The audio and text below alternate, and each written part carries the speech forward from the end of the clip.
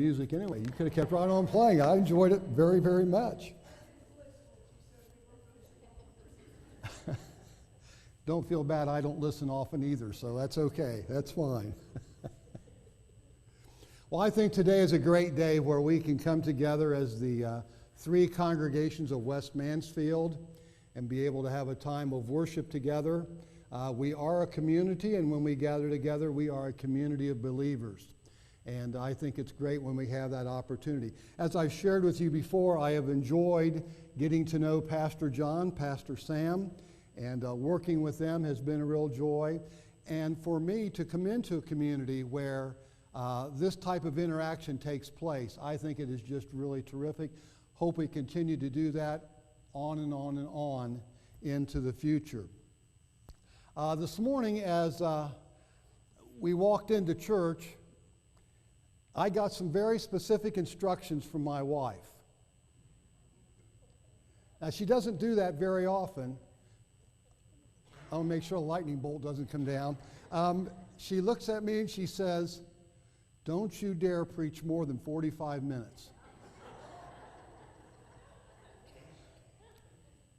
She says, keep it short. Okay. But I got to tell you, it's not always a preacher's fault if they talk too long. I heard a story of a preacher who went to the dentist and he got a new set of dentures. And the first Sunday after he got these new dentures, he was able to preach for about 8 minutes before his gums started hurting, and he had to quit. The next Sunday he went in, he got to preach for 12 minutes. And then his gums got to hurting, he had to quit. The third Sunday he went in, he got up, he started, he went on and on and on and on and on. Finally, one of the leaders of the church came up to him and grabbed him by the arm and he said, "Preacher, it's time to quit. You've gone a little bit too long." So they went over and they sat down afterwards. They were talking and the fellow says, "Man, what happened to you this morning?" He says, "I got up there in the pulpit," and he said, "I couldn't quit talking. And then I realized I grabbed my wife's dentures by mistake."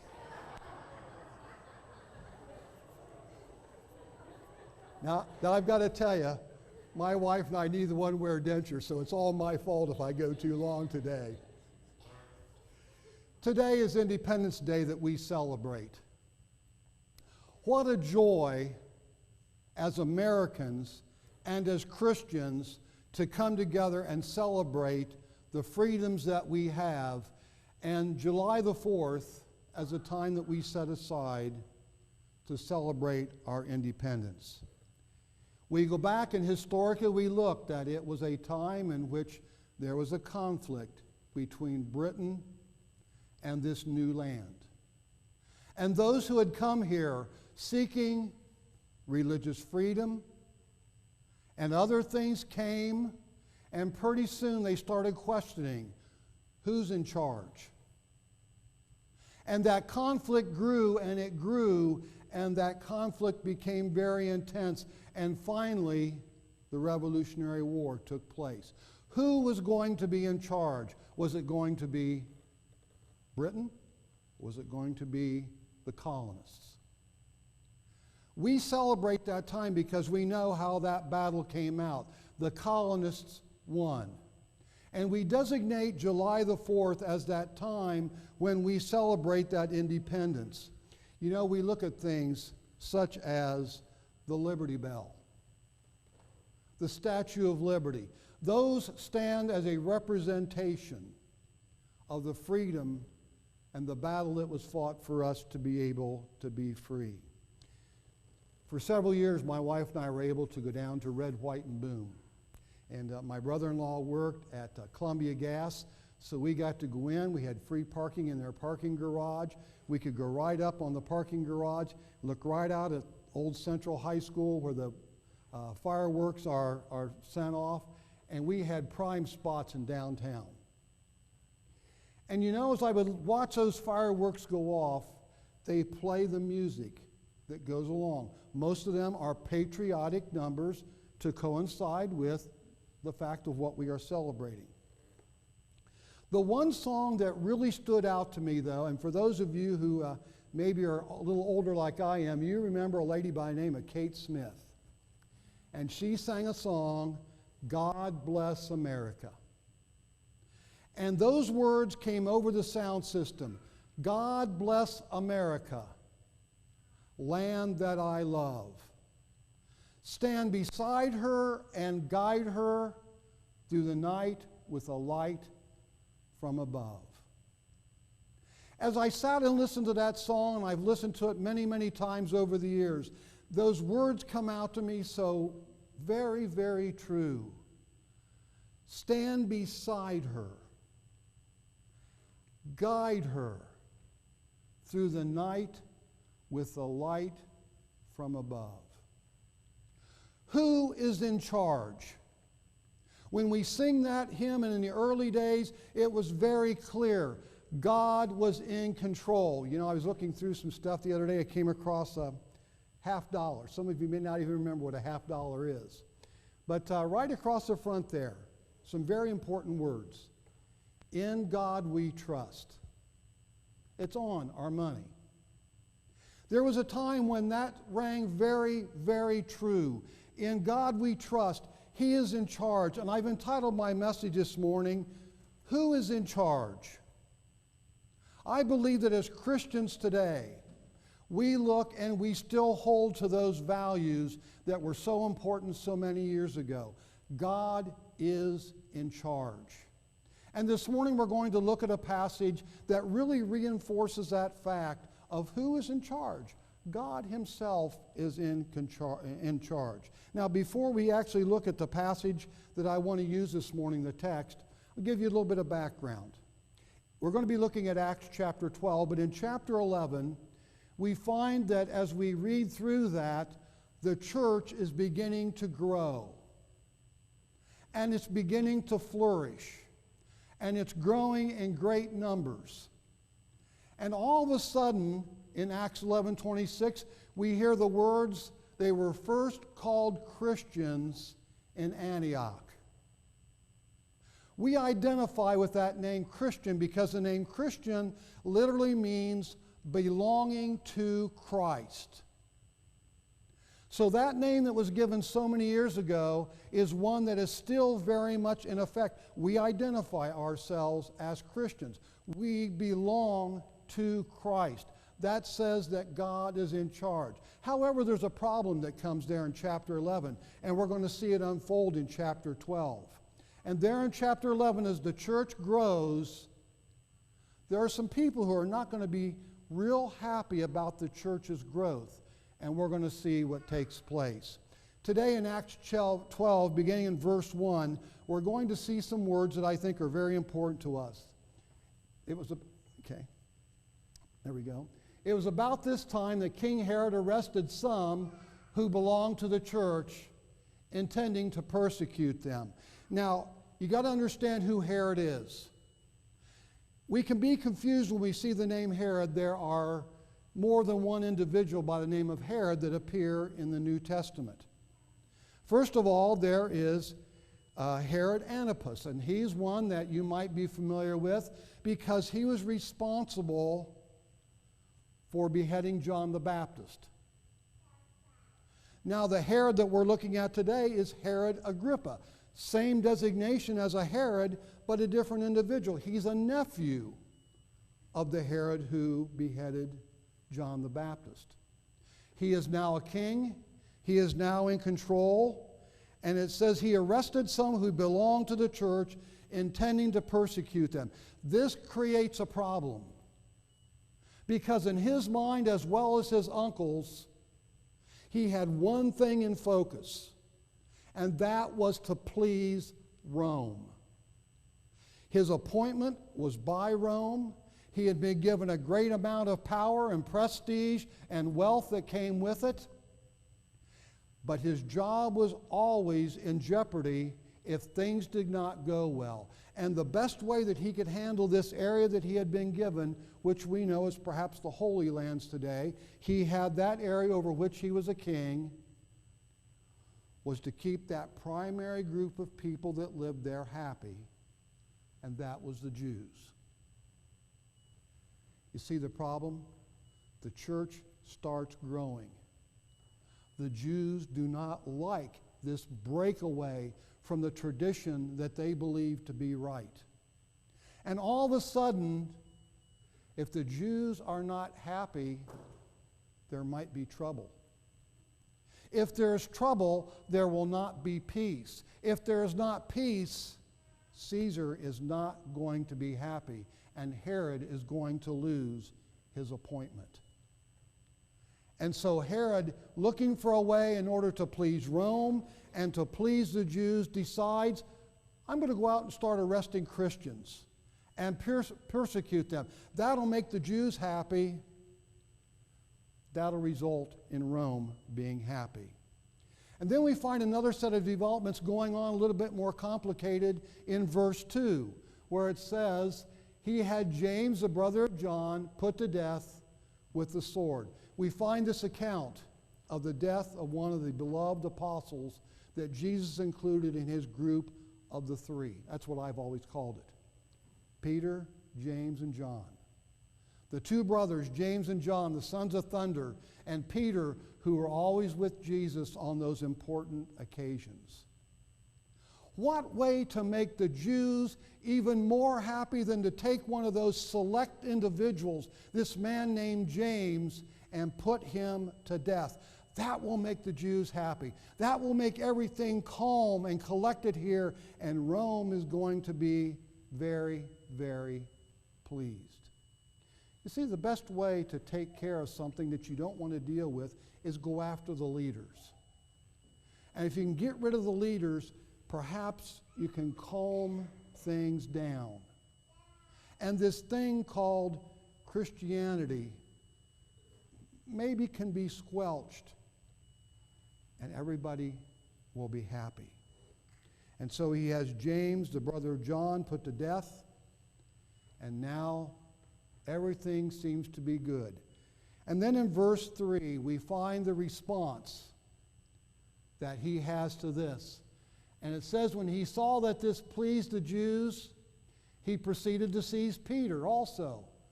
This happened during the feast of unleavened bread. So it makes them happy to get rid of James. We got 1 out of 3 gone. Let's go after Peter. Let's go get him. Let's take him out. And so he seizes Peter. But you notice the timing that's mentioned here. During the Feast of Unleavened Bread. This was one of the holiest of days in the Jewish calendar. We know it as Passover. It was that day in which the Jews celebrated God's deliverance from Egypt. When God sent the death angel to go over and all the firstborn were to die, those who were obedient to him observed what he told them to do, and that death angel passed over those homes. And those of Israel did not suffer the death as the others of the world did. So this most holy of days, what better day to make them happy than to take Peter and let's get rid of him. Then in verse 4, he says, after arresting him, he put him in prison, handing him over to the guard to be guarded by 4 squads of 4. Think about that. 4 squads of 4. 16 men to guard one individual. There is fear alongside of this control that Herod thinks that he has. He's fearful that, are these Christians going to come and try to release their friend? So he puts 16 men in charge of watching him. That's how important Peter was. But you notice, along with that, it goes on, it says, Herod intended to bring him out for public trial after the Passover. They celebrate, and what a way to bring a celebration together than to bring Peter out and have a trial. We know where that trial was going to go. It was going to be the end of Peter's life. You see, in that situation, who's in charge? Who's in charge? If you ask Herod, he would say, I am. I am the king. I am in charge. Nobody has any rights and authority above mine because everything stops here and I've got everything in absolute full control. Well, folks, I suggest to you that that may not totally be true, and we're going to see that unfold here. In verse 5, our story continues on, and it says, So Peter was kept in prison, but the church was earnestly praying to God for him. Interesting there. He's still in prison. Did the church go and try to take him by force? No. What other actions did they do? They prayed. Oh, now wait a minute. Prayer, come on, now let's be realistic. Is there really power in prayer? Absolutely there is. And the church knew that. And they prayed for Peter. I just love that there. They earnestly prayed. Does prayer really make a difference? Sure it does. My first ministry, and that was 46 years ago, I was at a church in Columbus, and I went into this congregation, and I had there the first Sunday, and somebody came up to me and they said, see that fellow over there? Yeah. Well, that's Jerry. And Jerry has just gone through a bout of cancer. And Jerry was about 6 years older than I was, and so Jerry was not a very old fellow at that point. And I said, how is it going? And you got to keep in mind, in 1977, cancer was a death sentence for the most part. It was not handled nearly as optimistically as it can be handled today. They had basically told Jerry, we've done all we can do. Go home, get all your preparations done. You are not going to survive this. They missed one thing. Prayer. I was at that church for 2.5 years. Jerry's health kept getting better and better and better. The man who was supposed to be dead inside of 3 months was still thriving and doing well 2.5 years later. Folks, that's prayer. People today who look and say prayer has no power just do not understand what prayer is really all about. So here's the church. They're looking at Peter. He's in prison. Who can change things? Could they? No. But they knew a God who could make a difference. And they prayed. And then in verse 6, the night before Herod was to bring him to trial, Peter was sleeping. I love this. How many of us could be in jail or in prison, we're ready to go on trial, and we know this is a rigged deal, we know that it's going to be a death sentence, we know we're going to die, and I love this. What's Peter doing all this? It says right there, he's up fretting, and he's fuming, and he's pacing the floor, and he's no! Peter's sitting there. And those guards are standing there going, can you believe this guy? Tomorrow's going to be, and he's sitting there sleeping. Peter had a confidence of who was in charge. If tomorrow there was going to be a trial, and he would die like his friend James did, so be it. If he was going to survive by some miraculous means, so be it. Peter wasn't going to worry about it. What a tremendous lesson for us. Do we trust God and say, you're in control? I think all of us can find times when we maybe have overly anticipated something.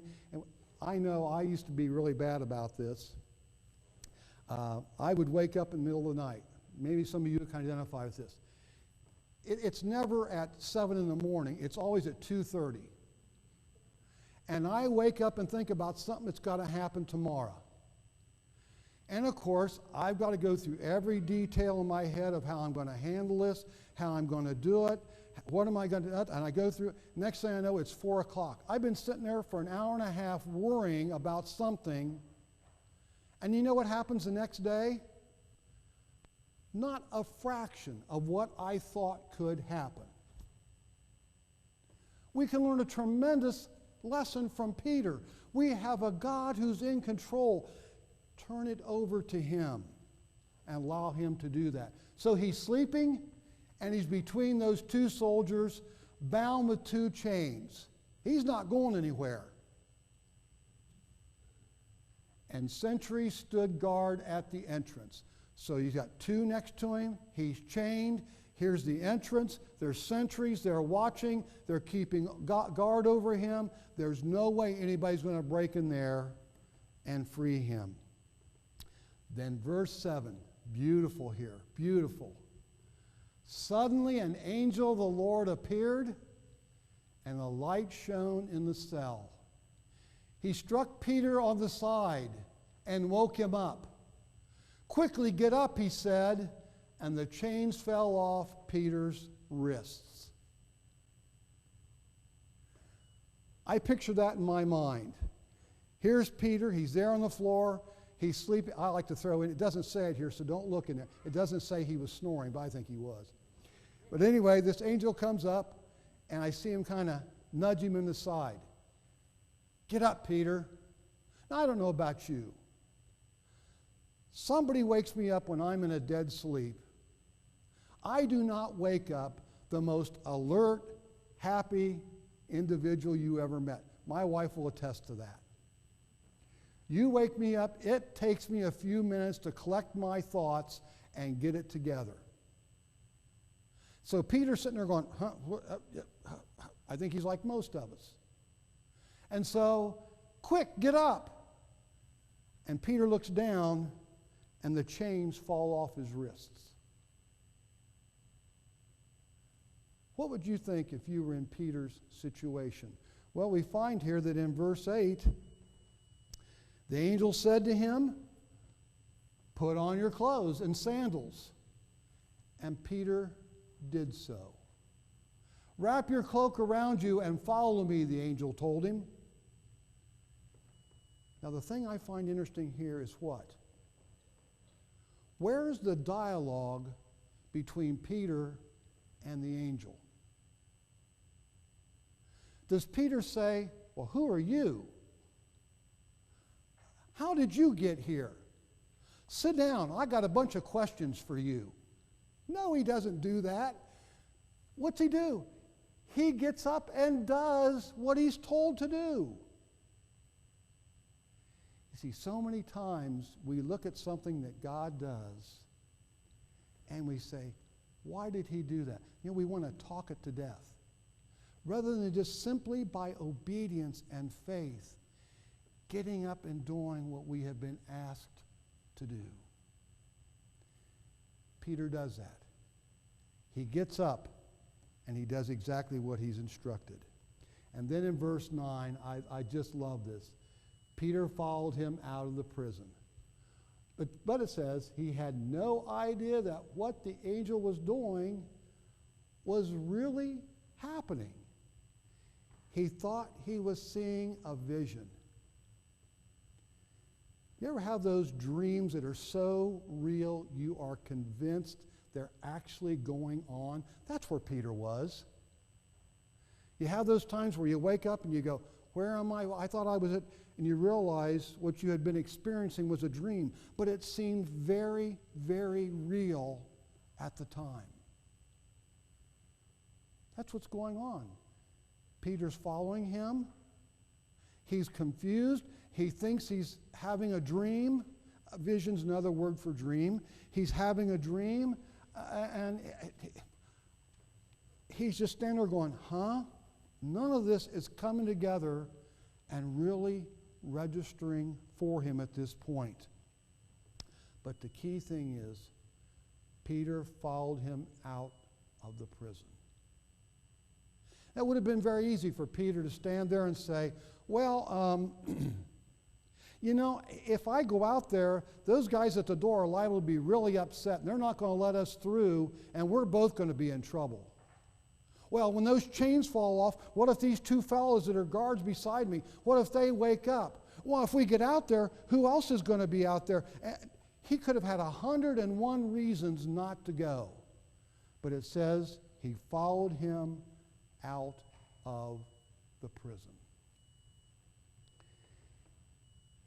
And then in verse 10, they passed the first and second guards and came to the iron gate leading to the city. It opened for them by itself. Whoa. You get to the gate, you don't have a key. How are we going to get out? It opened by itself. And they went through it. When they had walked the length of one street, suddenly the angel left him. No resistance, not a word spoken by any of the guards. When they got to the gate opens, and he's standing there going, wow, the chains fell off. Nobody woke up. The gate opened. Who is in control? There was only one answer to that question. And then he goes down one of the city streets, and the angel disappeared. Peter stands there, almost in disbelief at what has just happened. And it says there in verse 11 then, it goes on and it says, then Peter came to himself and said, now I know without a doubt that the Lord sent his angel and rescued me from Herod's clutches and from everything the Jewish people were anticipating. Peter stands, he finally is awake, he looks back, and he says, I know who's in charge. The Lord's the one who's in charge. Despite what everybody thought the outcome was going to be, God had different plans. And now he finds himself released, and we know that Peter had a great influence on the future of the church. As we come to look at these verses, the question we have to raise this morning is, who is in charge? Like this coin I just held up for you, do we still, I know it's in there, do we still trust in God as a nation? Folks, I'm fearful of that. I see so much today in which God is shoved out of everything. No longer does our nation seem to lean towards trusting in God or even accepting the validity of his presence. And as Christians, we look at that and it concerns us, and yet in reality, we know who is in control. God is still in control. It may not be the way that we think it should be done, but God knows what he is doing. He has everything in absolute full control. You know, in God we trust. We as God's people, as Christians, we have to be more like Peter. We have to learn to trust God, and we have to learn to put it in his hands, knowing that he will make the best outcome. Many times in my life, and I'm sure in yours too, there are times where we pray, and what happens? God doesn't give the answer we want. Doesn't that happen? And you go, why didn't God answer my prayer? And then later on, you look back and you say, he knew what he was doing. He knew what he was doing. Who is in control? God is in control. And the Apostle Paul, when he writes to the church at Corinth, in 2 Corinthians 3:17, he writes these words. Now the Lord is the Spirit, and where the Lord is, the Spirit of the Lord is, there is freedom. Today, we are honoring what we're going to actually look at on Tuesday, July the 4th. Our independence, our freedom. But Paul reminds us very clearly here, folks, where does that freedom come from? It comes from the Lord. There is freedom. We are here today as a gathering of believers from 3 different congregations. And yet what brings us together is a love for the Lordship of Jesus Christ. And knowing that through Him there is forgiveness, the gift of grace is given to us, and that freedom that can only come through knowing Him as Lord and Savior and King. He went to the cross for our sin. He died for our sin. He was resurrected. He ascended to heaven, and He's coming today. When you look at those facts, folks, very clearly, who is in charge? The Lord is clearly in charge. And the best way we can honor that is through our obedience to Him.